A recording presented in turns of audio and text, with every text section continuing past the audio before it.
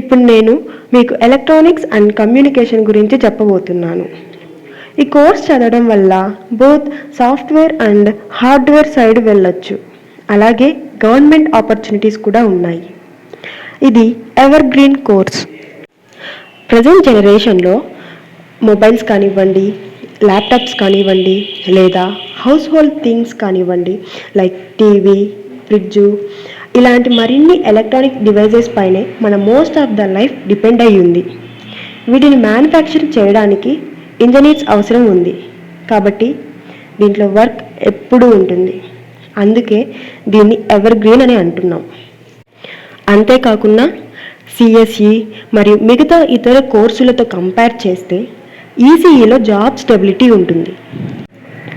ఈసీఈలో coding మరియు non coding రెండూ ఉంటాయి. ఫ్యూచర్లో కూడా ఇది ఎప్పటికీ డిమాండ్ ఉంటుంది. ఇది చేయడానికి ఇంటర్లో 50% వచ్చి ఉండాలి. Compulsory maths, physics and chemistry subjects అయి ఉండాలి. ఇది 4 years కోర్స్. ఇందులో సెమిస్టర్ వైజ్ ఎగ్జామినేషన్ ఉంటుంది. ఇక ఫీజు గురించి చెప్పాలంటే అది based on college and university పైన డిపెండ్ అయి ఉంటుంది. TCS, IBM, Infosys, Microsoft and మరిన్ని ఇలాంటి పెద్ద పెద్ద ఎంఎన్సి కంపెనీలలో ఉద్యోగ అవకాశాలు దొరుకుతాయి.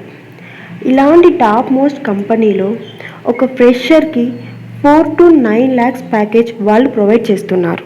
లేదా మీకు గవర్నమెంట్ జాబ్ పైన ఏదైనా ఇంట్రెస్ట్ ఉండి అటు సైడ్ వెళ్ళాలి అనుకునే వాళ్ళకి broadcast engineering consultant India limited, electronics corporation of India limited and central specific instruments organisation ఇలాంటి పెద్ద పెద్ద గవర్నమెంట్ కంపెనీలలో ఉద్యోగ అవకాశాలు ఉన్నాయి.